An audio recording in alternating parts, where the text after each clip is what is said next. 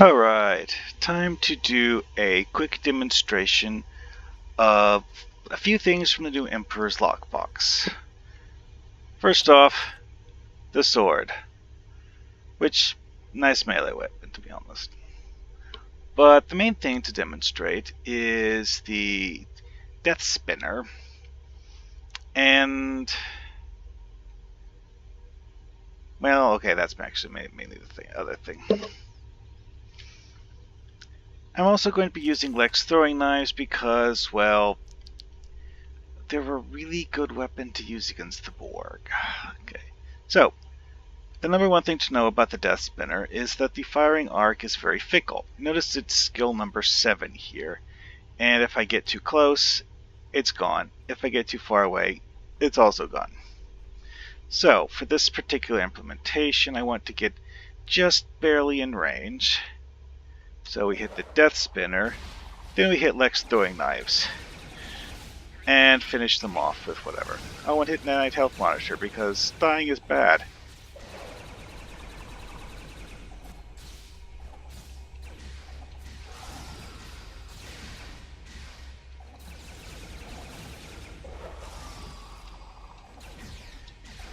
Ah, crap.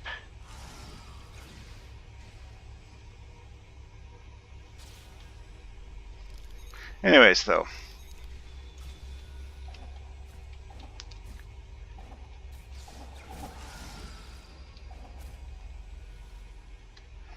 So, that was a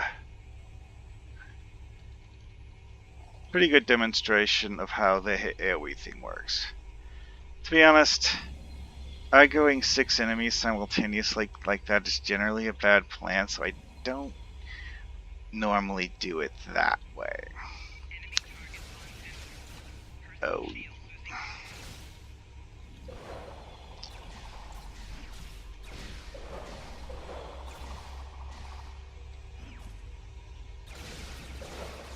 See, one thing I've noticed with this is that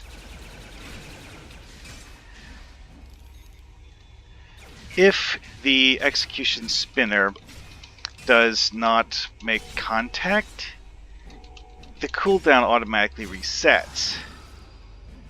So that instead of having a cooldown of several seconds, it just doesn't have a cooldown at all. Which is interesting, but it basically means that you missed and didn't hit anything with it. So, you know, it's not really it's kind of like a compensation for the fact that your enemy moved out of the way, and not really like an actual benefit. One thing to note with the sword is that the horizontal slashes are actually AoEs, so it is actually possible to hit 2 enemies with them. Like, see, the 3rd Borg from the left I hit while I had the 4th Borg targeted. That actually did quite a lot of damage to him.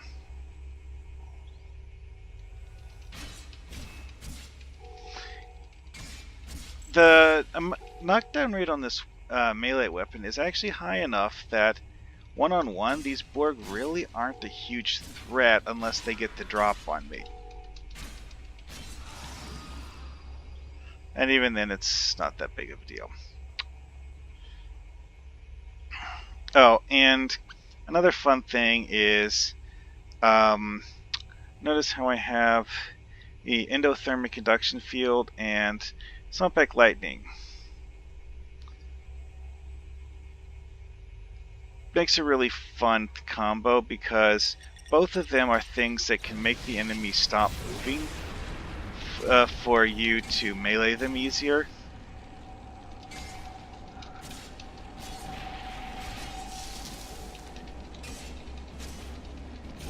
So, yeah. Also, I have a Klegot. Klegots are another thing that is really good against Borg, and, well, if you're using weaponry that penetrates shield in general, Klegots are a good counterpart because the Klegot is a 100% shield penetration weapon. See? the Death Spinner is not actually 100% shield penetrating.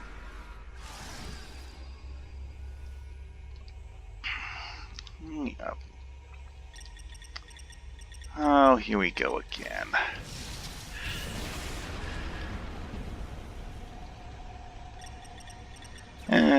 Someone else wants to be shot or stabbed.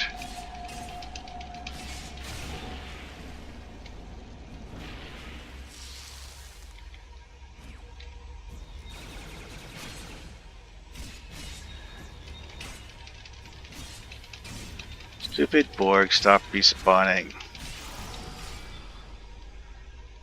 Seriously, I'm filling up my inventory with this stuff.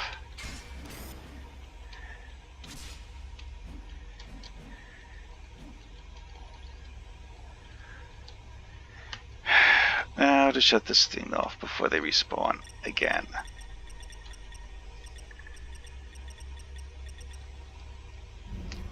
Anyways. So yeah, the sword has an interesting ability that in a situation like this would probably draw aggro more than help, because it summons two security henchmen dudes who, to be honest, I'm not entirely sure how smart their AI is. I kind of suspect that they would do that thing where they just kind of like, oh, there's things in firing range, let's shoot at them. Which, in this case, you don't want to do, because then you aggro literally all of the Borg. Because here, I'm doing maybe two of them at a time, which is fine. If it's one of them that's usually not even going to get a chance to return fire, I'm just going to hack it to pieces before it even gets a chance to attack. Which is fine by me. Kind of, you know, sucks to be the Borg. One thing with this particular melee weapon is you notice that it actually has a interesting variety of slashes that it does. Because left 1, left 2, and 3. See, when you do that, and do like a left-left combo, it's like first, it is a slash that arcs a little bit down and to the left. But then it's like a backhanded swing, and after the backhanded swing, it's a thrust.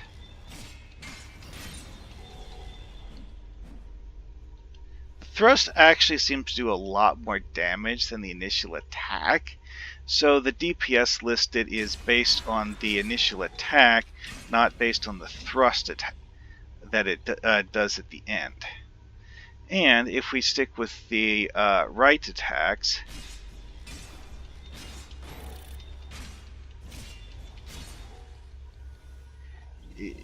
those are mostly horizontal slashes, to be honest.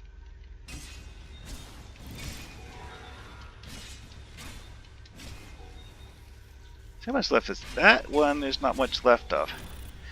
So yeah, if you want to take out a single target without aggroing guys next to it, sticking with the left attack would actually seem to be the best option.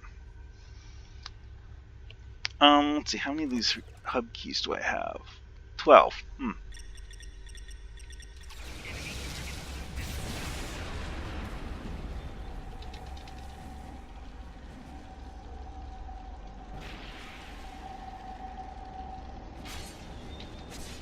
Alright. This is actually one of the more interesting things, is because whenever these drones are in passive mode, I literally cannot damage them.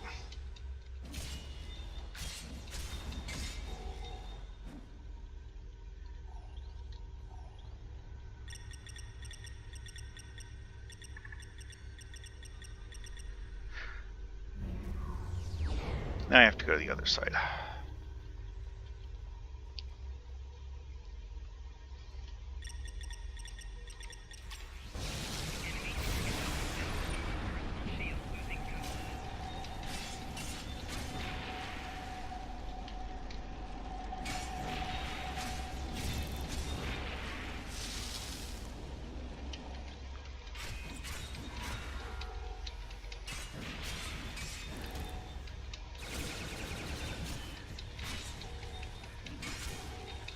Note that this sword mentions that in the description that it has a chance of inflicting a bleed effect. I have actually seen a debuff pop up on enemies that, with an icon that looks like it's supposed to be a bleed effect. It doesn't actually seem to do enough damage to be worth worrying about. Just like a little side thing that it might do sometimes. The actual combo attacks in the sword are really deadly though, so definitely a fun toy. This execution spinner, ridiculous damage. Well, it says that it does 678 physical damage. One, that's against something that's not an exposed target. So if you give an exposed to your target, that damage jumps way up. And also, anything else that's a damage resistance debuff, that 678 physical damage, that's a very high base damage. Fiddly to use, but you know, if you have something like Endothermic Induction, you can make them stand still. Oh, and it has a chance to expose. Alright, well, that's about everything for here, and I'm going to end the video before I have to kill more Borg. See you later.